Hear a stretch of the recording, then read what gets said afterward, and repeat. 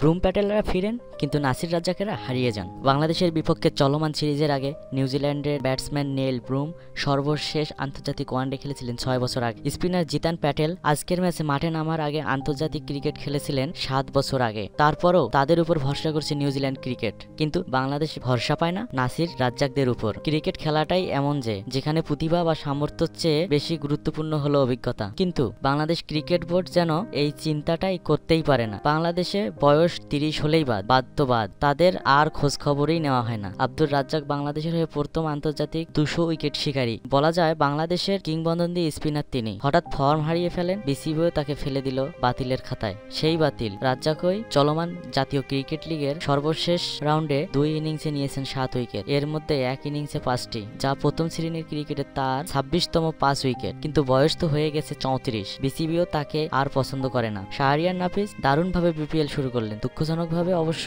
শুরুটা ধরে রাখতে পারেননি তিনি। কিন্তু জাতীয় দলের প্রাথমিক দলে তার জায়গা হলো না, জায়গা হলো একেবারে নতুন আনকরা তরুণদের। অথচ সর্বশেষ 1 বছরে 21টি প্রথম শ্রেণীর ম্যাচে তার সেঞ্চুরি রয়েছে 3টি, হাফ সেঞ্চুরি রয়েছে 60টি। তারপরও বিসিবি তাকে পছন্দ করে না, বয়স যে 31। চলতি জাতীয় লিগে পরপর 2 ম্যাচে সেঞ্চুরি করেছেন তুষার ইমরান। তুষার ইমরানের প্রথম শ্রেণীর সেঞ্চুরি এখন মোট 21টি, যা একটি জাতীয় রেকর্ড। তারপরও তুষার ইমরান নির্বাচকদের সুদূরতম চিন্তায়ও থাকেন না। 41টি ওয়ানডে ও মাত্র 5টি টেস্ট খেলা এই ব্যাটসম্যান প্রতি বছরই ঘরোয়া ক্রিকেটে সেরা ব্যাটসম্যানদের তালিকায় থাকেন, কিন্তু বয়স যে তার 33। রকিবুল হাসান প্রথম শ্রেণীর ক্রিকেটে বাংলাদেশের একমাত্র ট্রিপল সেঞ্চুরিয়ান, জাতীয় লিগের সর্বশেষ রাউন্ডেও করেছেন সেঞ্চুরি। এর আগে ঢাকা প্রিমিয়ার লিগে করেছেন সর্বোচ্চ বেশি রান, 16 ম্যাচে 1 সেঞ্চুরি ও 5 হাফ সেঞ্চুরি এসেছে তার ব্যাট থেকে। তারপরও কোনো এক অজ্ঞাত কারণে তাকে বিবেচনাই করছেন না নির্বাচকরা, অথচ তার বয়স এখন 30 ছয়নি। এত পারফর্ম করেও যদি জাতীয় দলের দরজা না খোলে, তবে ক্রিকেটাররা কি করবেন? নাকি পারফর্ম ছাড়া